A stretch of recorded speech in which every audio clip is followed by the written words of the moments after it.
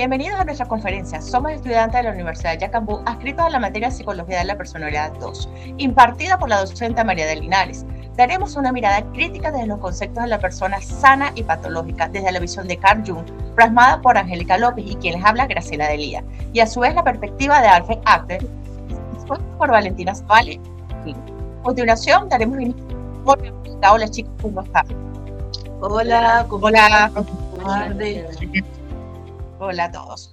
Angélica, según la teoría de Carl Jung, cuando un individuo constantemente percibe a los demás como inútiles, incapaces o que no resuelven problemas, se podría decir que su proyección de la sombra es alta, partiendo del hecho de que la sombra es la parte inconsciente y reprimida de nuestra personalidad, que contiene todos los rasgos, impulsos y emociones que consideramos negativos e inaceptables.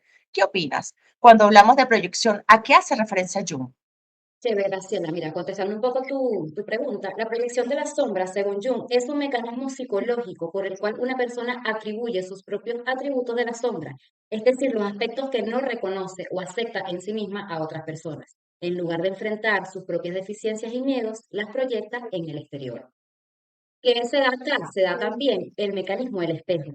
Esto no es más que el resultado de esta proyección, el individuo ve y critica intensamente en los demás lo que rechaza de sí mismo, lo que lo altera o le molesta profundamente en otros. Es un reflejo de su propia sombra no integrada. Esto pasa, por ejemplo, cuando hay una persona que es muy prejuiciosa. ¿Qué esconden esos prejuicios? Entonces, podríamos decir que la crítica es un mecanismo de defensa.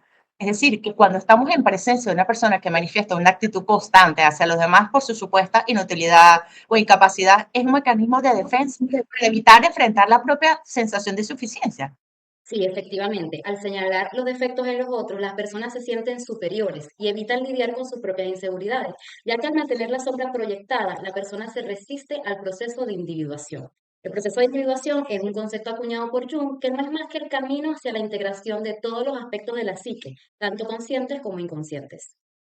Angélica, y en el caso del individuo que ve a los demás como pues, esa persona porque está viviendo su sensación de ineptitud o sus propias fallas. Puede que en el pasado se haya sentido incapaz o que haya cometido errores y en lugar de aceptarlos y asumirlos, ha enterrado esos sentimientos en su inconsciente. Es decir, estamos en presencia de una persona patológica. Sí, efectivamente, porque al ver a otras personas dudar o cometer errores, el individuo se enfrenta a un espejo de sus propios miedos e inseguridades. Para no reconocer esa debilidad en sí mismo, la proyecta en el exterior y critica severamente a los demás, asegurándose de que su propia persona, la persona es la máscara de ser competente y eficaz ante el mundo, pues se mantenga intacta. Acá entra la reacción intensificada, la intensidad de la crítica o la rabia que siente hacia esa inutilidad de los demás es una señal de que está lidiando con un aspecto de su sombra que le resulta particularmente difícil de aceptar. Entonces, una persona sana es aquella que es consciente y acepta sus oportunidades de mejora o fallas, entre comillas, y las integra a su mundo social. Exactamente.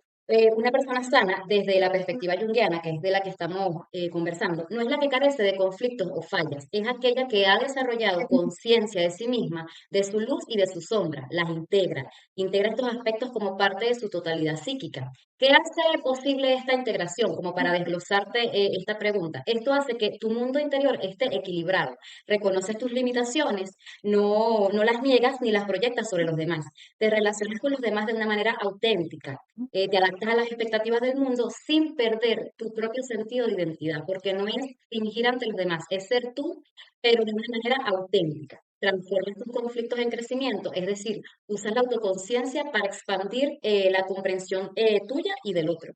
Mónica, cuando hablamos de los arquetipos del ánima y del ánimos, según la perspectiva de Carl Jung, ¿y de qué manera estas manifestaciones difieren en una persona psicológicamente sana a una persona patológica? Bien, excelente esta pregunta porque nos va a permitir como plasmar estas definiciones que son un poco abstractas. Te voy a poner un caso. Tenemos una pareja, tenemos a María, que es una persona con una personalidad rígida, fuerte, estructurada, es una mujer que es una líder nata. Y tenemos a Daniel, que es un artista plástico, es un chico empático, sencillo, un amante de la naturaleza, quien a menudo no le gusta tomar decisiones, se siente incómodo en esta posición. Cuando ambos se conocen, surge entre ellos una atracción incontrolable. Ellos piensan haber conocido el amor de sus vidas, así como la necesidad de estar juntos, pero al poco tiempo empiezan a surgir los conflictos derivados de las personalidades de cada uno.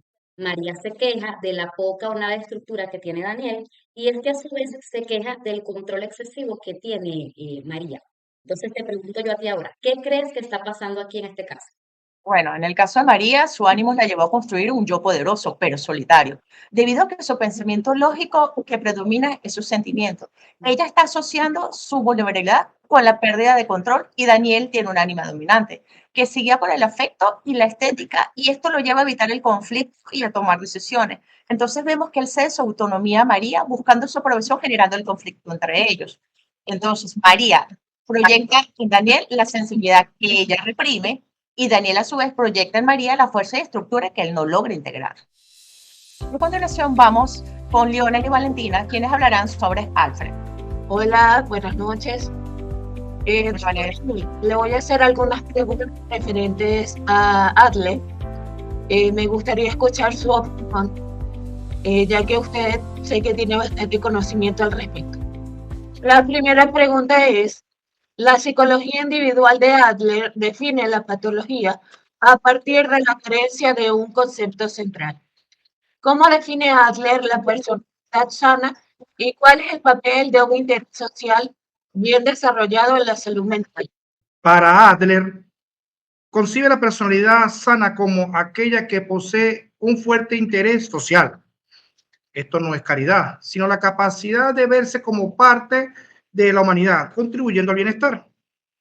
Si bien es cierto, el bienestar colectivo está compuesto por tres áreas, que es el amor, el trabajo y la comunidad, entonces tenemos que la patología surge del estilo de vida egoísta, donde la persona lucha por una superioridad personal, que es ficticia, sin valor social, centrándose solo en su propia conveniencia. Aunque el concepto de interés social es noble, su fuerte énfasis en la cooperación social podría subestimar la importancia de la autonomía individual en contextos culturales que valoran el colectivismo por encima de la libertad personal. Voy con la segunda pregunta. Si el interés social es la base de la salud, según Adler, ¿cuál es el motor primario que desvía a un individuo hacia la patología? En otras palabras, ¿cómo se relaciona el sentimiento de inferioridad con el desarrollo de un estilo de vida neurótico? Todo ser humano nace con un sentimiento de inferioridad natural, que es el motor de todo progreso y superación. El problema surge cuando este sentimiento se intensifica hasta convertirse en un complejo de inferioridad o peor aún, en sobrecompensa de un complejo de superioridad. En el estilo de vida patológico, la persona utiliza estos complejos para crear una ficción final, una meta inalcanzable y privada, que justifica su falta de cooperación social. El neurótico, según Adler, se refugia en síntomas para evitar enfrentarse a la vida real y a la posibilidad de fallar socialmente. El complejo de inferioridad es un término que usó Adler y se hizo muy popular, pero a menudo es malentendido o mal aplicado. ¿Cuál es la diferencia entre el sentimiento de inferioridad normal y el complejo de inferioridad patológico? ¿Y cómo impacta esta distinción en el funcionamiento de la personalidad?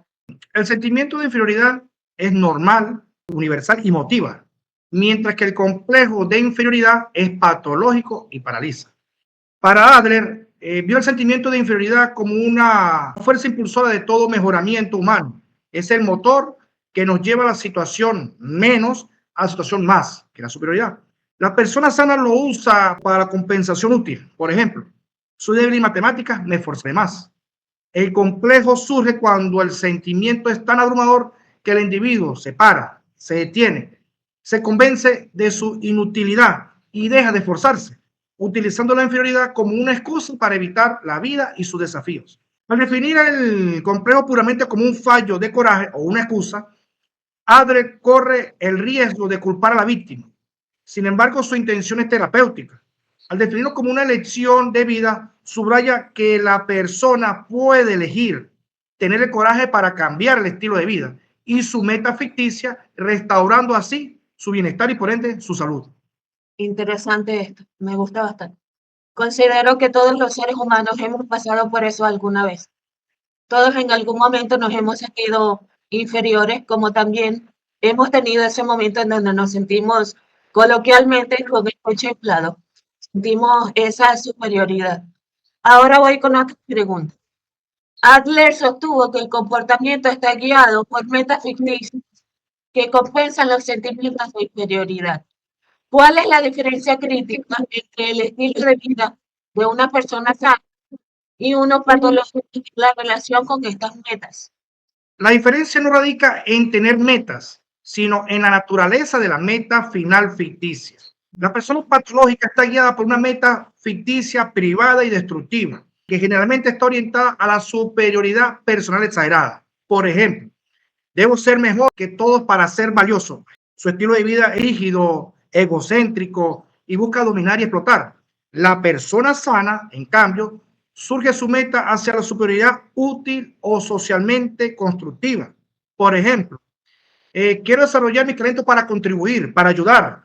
Su estilo de vida es flexible y utiliza su poder para la mejora de la comunidad. Adler pudo haber simplificado demasiado la complejidad de las motivaciones humanas al reducir toda neurosis a una falta de interés social. No obstante, su modelo es poderoso porque coloca la responsabilidad de la patología en una elección de meta y estilo de vida erróneos, más no en impulsos biológicos incontrolables. ¿Sabe, doctor Gil, que eso que nombró al principio de la exigencia, a veces nos las inculcan desde casa? Desde que estamos pequeños, nuestros padres a veces nos dicen, tú tienes que ser el mejor, tienes que esforzarte más, tienes que ser mejor que tus compañeros. Y a veces las personas crecen con eso en la mente, de que hay que ser, a juro, los mejores. No sé si eso también influye con que se nos desarrolle alguna patología al ser humano.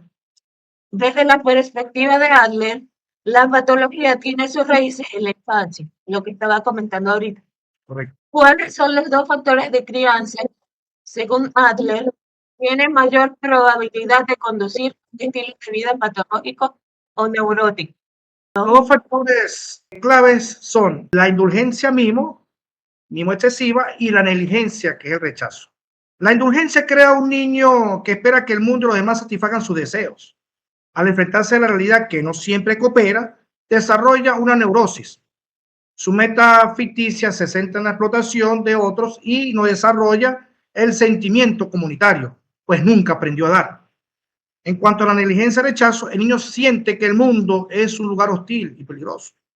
Su meta ficticia se orienta a la autoprotección y el aislamiento, volviéndose desconfiado, ansioso y evitando los problemas de la vida. Si bien es cierto, estos modelos son influyentes en la crítica moderna de la teoría de Adler, es que no siempre consideró suficientemente los factores temperamentales o biológicos. Su enfoque es casi puramente psicosocial. No obstante, su legado persiste en la importancia que le da a la atmósfera familiar como contexto definitorio del estilo de vida. Muy bien, muchísimas gracias, doctor Gil, por responder todas esas preguntas. Bueno, efectivamente, para nosotros, pues, como estudiantes de la Universidad de Yacambú, de la licenciatura en psicología, pues, esto ha sido una experiencia grandiosa donde pudimos intercambiar conocimientos luego de haber estudiado de forma argumental y crítica estos grandes científicos que han aportado gran valor científico a la psicología. Y bueno, en resumen, concluimos que Adler es un psicólogo de propósito social y la funcionalidad, mientras que Jung es un psicólogo del significado arquetípico y la totalidad existencial. Ambos son esenciales para la visión completa del potencial humano. Bueno, chicos, gracias Angélica, Leonard, Valentina por acompañarnos en esta mirada crítica de los enfoques de Carl Jung y Alfred Adler, y a ustedes, gracias por su tiempo y atención. Gracias. Un placer. Chao, gracias. Chao. Gracias.